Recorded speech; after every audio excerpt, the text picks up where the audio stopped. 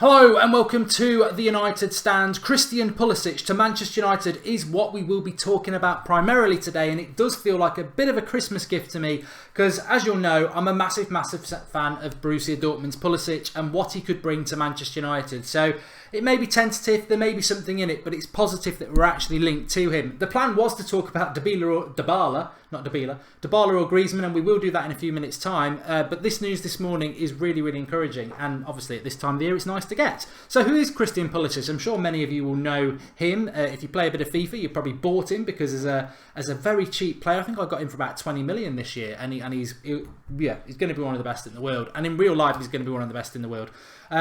Played the last time I really watched him properly was probably the Spurs game, full 90 minutes game at Wembley, I think it was.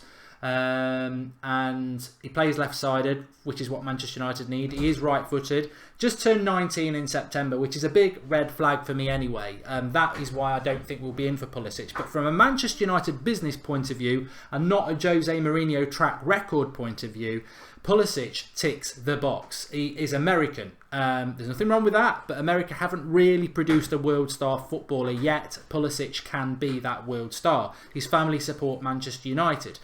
What does that matter? Well, it can matter, it can mean things, but the reality is, as a brand, and Manchester United do need to, well, look, as football fans, we were happy when we had Ronaldo. Of course we were. We want it's Pulisic, not Perisic, by the way. People are getting confused. Ronaldo at the club, best player in the world. I loved it. Not really because of brand Ronaldo, although it was nice to get all that attention, but because he was the best player in the world on the pitch, and that's what we want. Pulisic, if he's a brand, that means he's doing business on the pitch as well. So it'd be a really, really good deal for Manchester United to do, and it's probably a deal they need to do now rather than later. Of course, there's competition. Well, I say competition, Liverpool or Arsenal are interested in him. I'm sure other clubs are interested in him. But like I say, 19 years of age is probably the biggest concern for me because Mourinho, we see how he treats Martial and Rashford. He gives one 60 minutes, subs the other off, this, that and the other. Whereas more experienced players, he's happier to give them longer. So would Pulisic fit into Mourinho? And is Mourinho capable of grabbing a player who's 19 years of age who could be a world superstar and turning them into a world superstar? Has Mourinho done that in the past? No. Have Manchester United done that in the past? Plenty of times. Can they fuse together and do it? Because I think Mourinho needs to do it, and United for Pulisic would be perfect. If I was Manchester United manager, which is never going to happen, I would go and get him. Which I want to talk about Giggs' latest comments as well, because they could be construed as a positive or a negative. So where would Pulisic play? Like I say, he's right-footed. He can play on the right. He can play as a number 10, but he's better on the left. And as a right footer, of course, that's his stronger foot, but he's very good on his left. Look. Martial, I like him on the left. Rashford can do a job on the left, but I want a left-sided player. And I said this in the summer when we were in for Perisic. Yes, that probably would have meant less game time for Martial and Rashford on the left-hand side, but Perisic can put a cross in the box. And we've seen with Lukaku, when you put a cross in the box, that makes a big difference for Manchester United. So I would love to see Pulisic come to Manchester United. He's contracted till 2020. He's 5'8", so that goes against him because he's not over 6 foot, which is what Jose likes. But no, I mean, 2020, Dortmund's not in a title race again, out of the Champions League. They're not as an attractive a club as they maybe were a couple of years ago. And I just wonder, maybe if Manchester United wanted to do this, I wouldn't describe him as a panic buy, Pudrick. I think he's a fantastic buy. I'm not interested in Liverpool versus Arsenal, Ewan. This is the Manchester United channel, not That's Football. But you made me lose my train of thought now. But maybe, just maybe, there's something that can be done there. Has Mkhitaryan burnt his bridges at Dortmund? I think he probably has. But Mkhitaryan, Kagawa went back to Dortmund. Didn't the Turkish lad who went to Sahin, I think he went back to Dortmund. Dortmund have a record of players going back to Dortmund. And hasn't Goats gone back there as well? So Mkhitaryan could go back to Dortmund and we could have Pulisic. And then, everybody's happy. So, look, we need a left-sided player like Ivan says. And Pulisic for me would be exact. I think if we had Sir Alex Ferguson in charge, I'd be very, very confident of this deal being done because I think it's exactly the sort of deal that Manchester United do and have gone out and done. And he could be. He's not. Look, nobody's going to be Ronaldo again. Ronaldo and Messi are universal stars. They're the stars of the universe, masters of the universe. But there is a gap in the market when those two, as they get older and closer to retirement, that the next stage of players will come through. And we won't get Ronaldo or Messi. Look, Ronaldo and Messi, we're going to look back in 10 years and go, how lucky we were. So just enjoy it. And join me on That's Football tomorrow for the El Clasico watch-along, because it's going to be good. But there will be players who come through who are competing for world-class players. And, you know, I would put people like Martial potentially, Pulisic in there, obviously people like Mbappe. But Pulisic to Manchester United, for me, yes. I've been on about it for a long time. There is a little bit of a link from Manchester United. I would be ecstatic, absolutely ecstatic. In fact, I'm tempted to put it in my 5 Christmas presents, which I'm going to do on Christmas Eve show on the evening. I'm tempted to put Pulisic in there because, you know, at Christmas you can dream high, can't you? But I'd love him at Manchester United. Now, let me touch on the Ryan Giggs comments. Alexon212 says he can really see Pulisic happening. I think it's perfect for Manchester United. I think the fact that he's American and that market there is perfect for Manchester United. But I don't think he's the sort of player that Mourinho signs. 19-year-old winger. You know, I don't know. But the rumour is United are looking for a wide man. Malcolm, as we discussed earlier in the week. Willian is another one. And Gareth Bale. I mean, if you're asking me Gareth Bale or Pulisic, this may sound really controversial. And I'd love to get your thoughts, whether you're watching live or not. If you're asking me Bale or Pulisic, I'll go Pulisic. He's young. He can be as good as Bale, and he hasn't got the injury record, and he's not winding down his career because Madrid have chewed him up and spat him out. So it would be Pulisic for me, 100%. I think he's a fantastic player. Thanks everybody who is watching at this time. Midday on a Friday with over 1,000 people watching is pretty sensational. So please do drop a like on the video. Keep sharing it. I'm live with you for another half an hour or so. Well, we'll see how we go. There's lots I want to talk about, and it's all pretty much transfer related. And Brevy Boy, bang, boom. He says, Giggsy, Giggsy, Giggsy. I do want to talk about Ryan Giggs just very, very briefly. It's interesting about Ryan Giggs, isn't it? Because he's come out and spoken about Manchester United again. And I don't know whether that's a good or a bad thing. Look, he loves Manchester United, Ryan Giggs. The class of '92 love Manchester United. They want Manchester United to be successful, obviously. But I do think that Ryan Giggs was offered... Well, he's basically come out and said after Van Gaal he expected to be offered the job. Look, I don't know Ryan Giggs personally. And I don't think many of you lot know Ryan Giggs personally. We are talking about Dybala and Griezmann. Don't worry. That's probably going to be the best bit of the show, apart from Pulisic. But I do want to get through this. And James Arthur says he'd take Kluivert from Ajax. I'd have massive concerns about him as a wide player, because what's he doing this season? He had a good season last year. This year he's a bit meh. And he's playing in the Dutch league. Memphis played in the Dutch league and was awful. So I think Kluivert would be a bigger risk than Mkhitaryan, and look how that worked out. Pulisic at least, has played a lot of Champions League football for a 19-year-old, and a lot, in a tougher league. So it'd be Pulisic for me every day of the week. Just quickly on Giggs. So Giggs has spoken and said that he expected to be offered the Manchester United job when Van Gaal went, which I think by all accounts the club did pretty much say he was being groomed for that job. But I've always said it, and I don't know what you think, but I've always said that Ryan Giggs for the Manchester United job, I'm sorry, Giggs, look, there's that defining line, isn't there? Legend as a player. But once you're not a player anymore, doesn't mean that you keep legend status, that you should do anything you like in relation to the club. Otherwise, let's give David Beckham the manager's job. David Beckham is one of my favourite players of all time. Absolutely love Beckham and Roy Keane. I wouldn't, as much as I love Roy Keane, I think he'd be brilliant and he'd bring a lot of backbone to Manchester United. I wouldn't trust him with the Manchester United job because he's not got that proven track record that you need. It's too much of a risk. You can't risk with Manchester United. And Giggs, look, they did the documentary on Giggs. He was in the changing room. You see him on the telly. He just doesn't seem to have that outgoing personality. He seems quite laid back. And that can work, but I think United desperately need somebody who's a bit passionate. And Mourinho is a passionate man, and Ferguson was. But what Giggs also said is that if he'd have been Manchester United manager, or he tried to get Mbappe and somebody else for £5 million. I think it was Dembele, wasn't it? So Ousmane Dembele, who's gone to Barcelona, and Mbappe, who's gone to Monaco. He scouted them, and we could have got them for £5 million. Apparently, I don't know what you believe about that. But Giggs was. I always heard that Giggs was very influential in relation to Martial. He scouted Martial. I think Giggs is, if that's true about Mbappe and Dembele, and the Martial one is pretty much understood to be true, obviously as a scout, he knows what he's on about. He was one of the best wingers in world football. And maybe that's what Giggs' role is, but I don't see him as a manager. And a lot of people say, oh, class of 92 as manager. I mean, the one person I would go for as manager would probably be Gary Neville, because he's the most outspoken and, you know, I think he's the best pundit with Paul Scholes.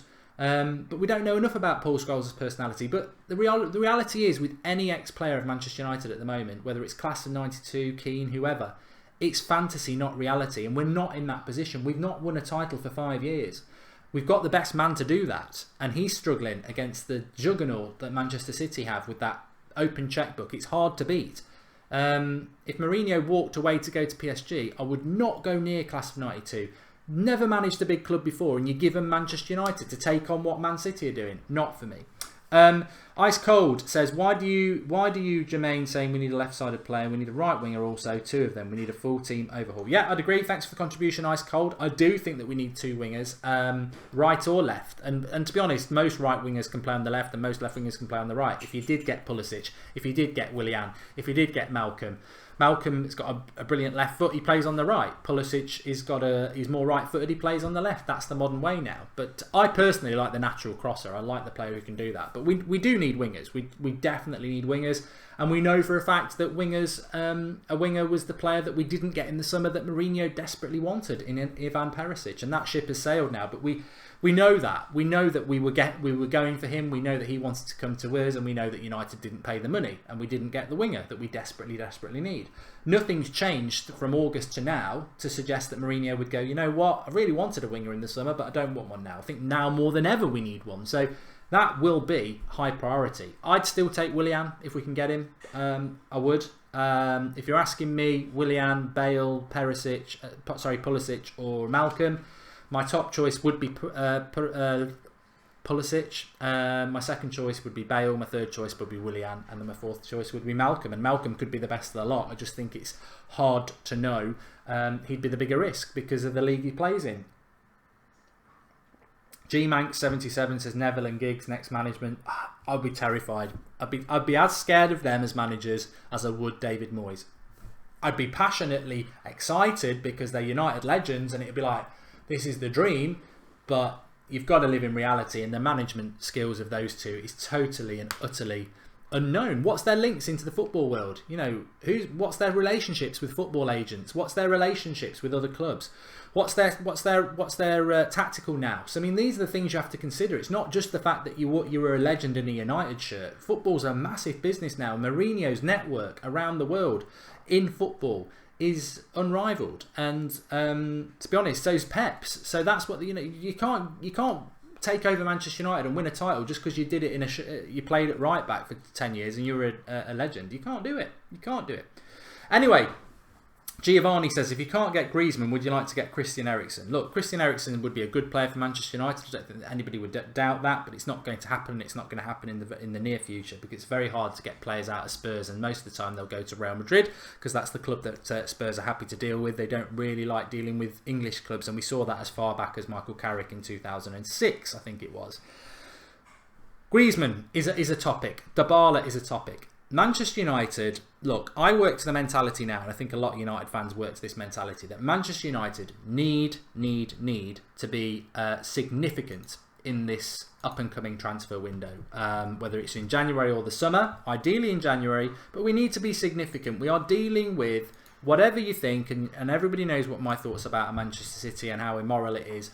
The reality is, whether they're immoral, whether they're right, whether they're there. They're there. It doesn't matter what you think about them. They are there. They've got an open checkbook. They are 11 points clear. They've got a very, very good team full of attacking talent options, and they're going to add to that. Manchester United, whatever our background, we don't have enough attacking options. We are very threadbare in the midfield. We've got no real width, and up front we've got a striker who, if he gets injured, we are relying on a 36-year-old who looks like he's been rushed back too quick. We don't have the options. We're effectively a one-man team. When Pogba doesn't play, we look like a different squad. So, City have got the depth, they've got the money, they've got the lead. United, how do they do something about that? They need to spend some money because we haven't got youth players ready to come in yet. and we need to spend money on top class players to enhance the squad that we have at the moment. When I'm looking at top class players, we've spoken about wingers. We do need a winger. We do need a number 10 as well. I mean, effectively, Jesse Lingard's our number 10 at the moment. And whatever people think about Jesse Lingard, he shouldn't be in the starting 11. He's a squad player. He's a bench player. If you want to win titles, if you want to battle for 6th, play Jesse Lingard every week. And that's the same as people like Daley Blind and Marouane Fellaini. We've got a lot of players like that who really should be just stuck on the bench as last 20 minutes, fresh legs, or a different option. If they're in the starting lineup, that's the problem. So we need to buy big, and it needs to be top class. And that's the situation. And I presume that the club, the manager, and everybody else around the club accepts that. They would never come out and say it because you've got to play the media, and you've got to be respectful of what you've got, and they're the sort of things as a business you keep in house. But as fans, we can talk about it. And yes, we need to buy big. Griezmann's going to leave Atletico Madrid. He was going to go in the summer. He was going to sign for us. He stayed out of loyalty. Simeone only said a couple of weeks ago that they won't stand in the way if it's a once in a lifetime opportunity. And I think it's a bit like Star Wars dissecting the Last Jedi and the hidden meaning behind things. The hidden meaning behind Simeone could be interpreted one of two ways. Two ways. It could be you could look at it and go, when he says we won't stand in his way of a once in a lifetime opportunity, I thought Barcelona straight away, because he already had the opportunity with United last summer, so that would be second in a lifetime opportunity. But then Atletico Madrid have officially filed a complaint against Barcelona for tapping Griezmann up, so that surely Atletico Madrid are standing in the way of that deal. So that goes against what Simeone said. So maybe it is Manchester United again. Maybe it was always Manchester United. We've kept the number 7 shirt vacant. I always like the theory that that Griezmann wanted to come to United in the summer. He said 6 out of 10, didn't he? 2 weeks before he decided to stay. Who says that sort of thing? He's got a great relationship with Pogba. The number 7 shirt's vacant. I think we need a number 10, biggest club in the world, and I think and hope that the situation was that he was coming to Manchester United. A phone call took place with Manchester United, and he said, "Look, I want to come, but I feel loyalty to the club. They can't sign anybody, and they're going to struggle without me. I'll come next year." And I maybe it's a bit fantasy. Maybe I'm being a bit class of 92 as managers, and I'm fantasy, not reality. But that's the story I like to believe, and I think that's going to happen. I think Griezmann will come to Manchester United. Of course, he could go to Barcelona, but the complaint about Barcelona by Atletico Madrid makes that quite interesting. So my thoughts at the moment are that Griezmann could come to Manchester United in January, which I know it's Christmas and we're all getting a bit excited, but that for me is a possibility, and I would like it.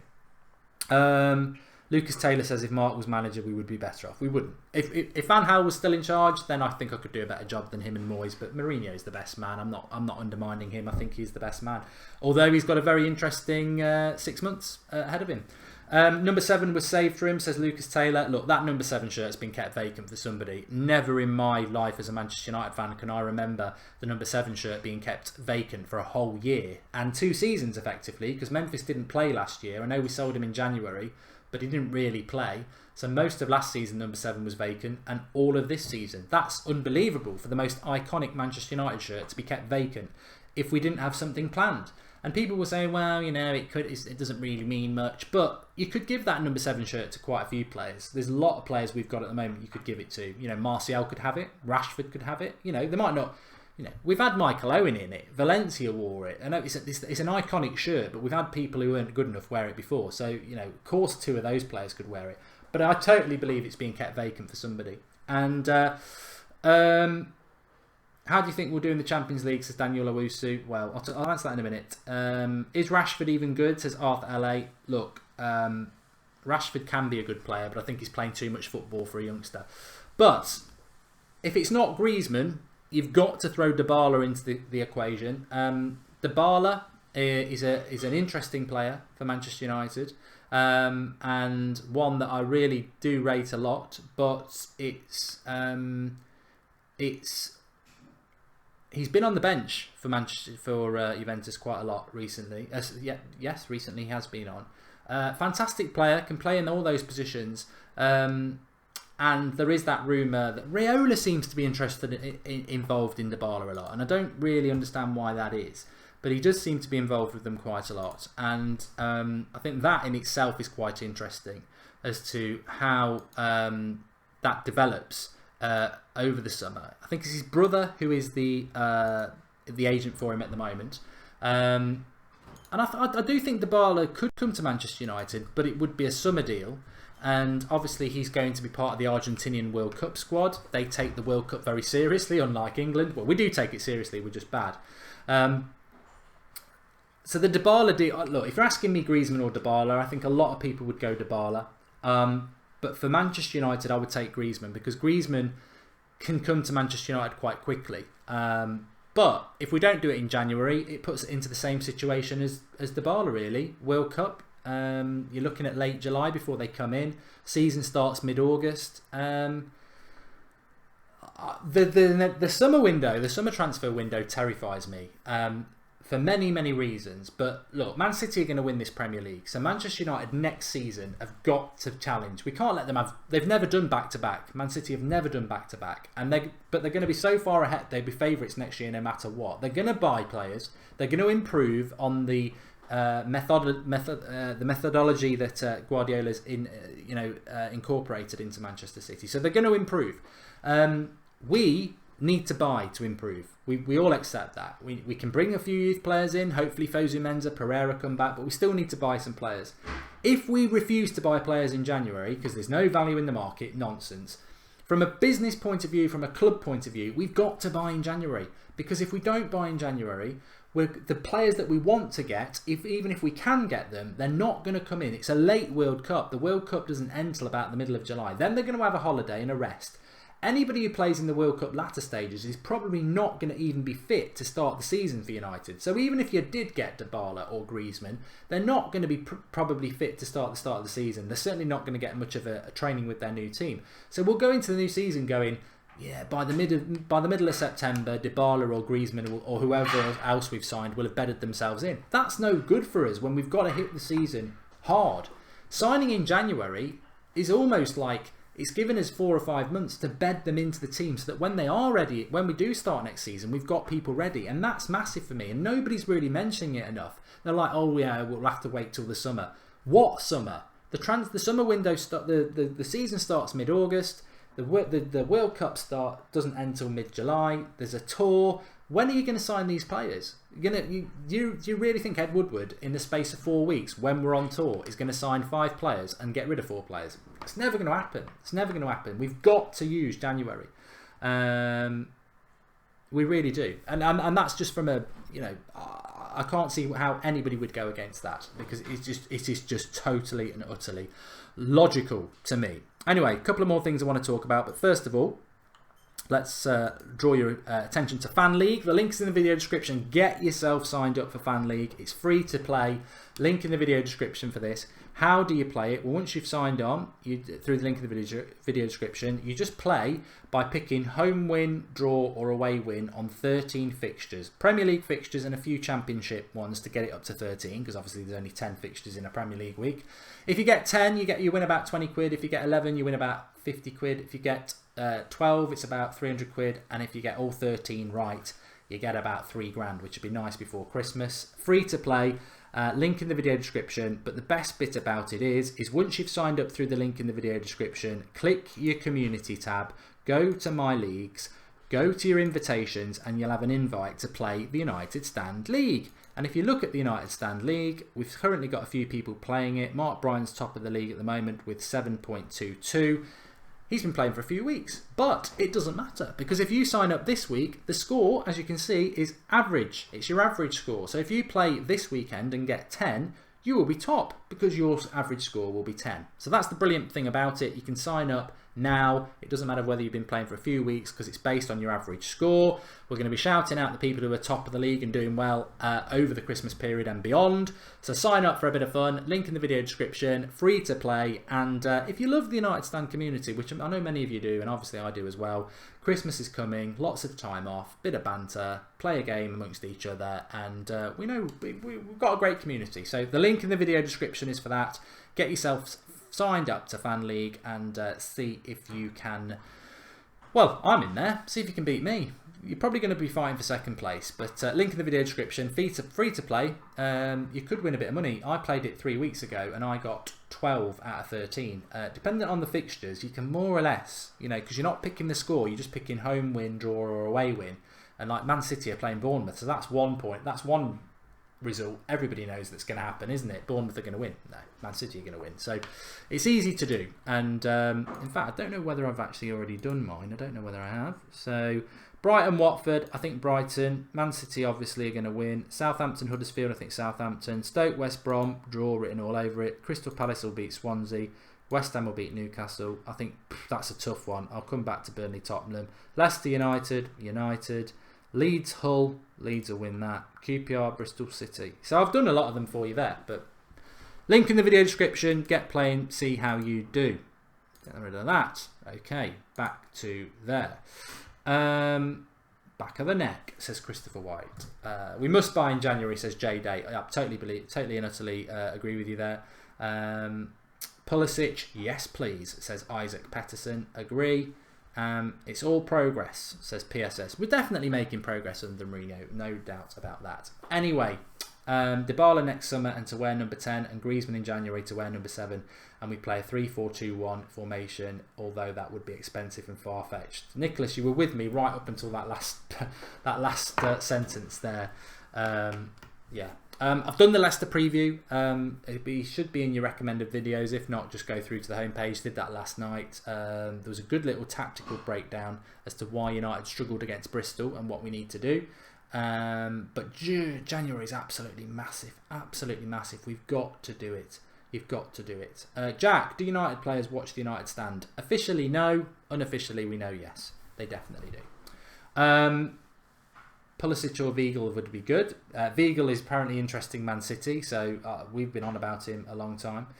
Arian, no, I don't. I do have access to post, but I don't. And I did FIFA last night. I will get on there again, Luca, but I did do it last night.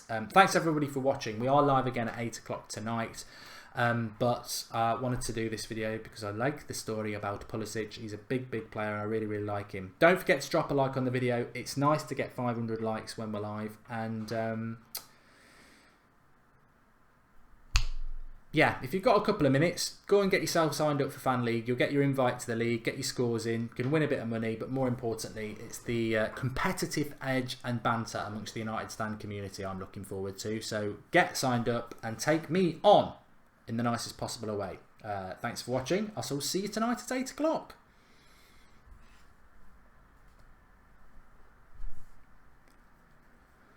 I can't believe I've just bloody put like 8 of my scores up on Fan League. If everybody pop copies that, what chance have I got?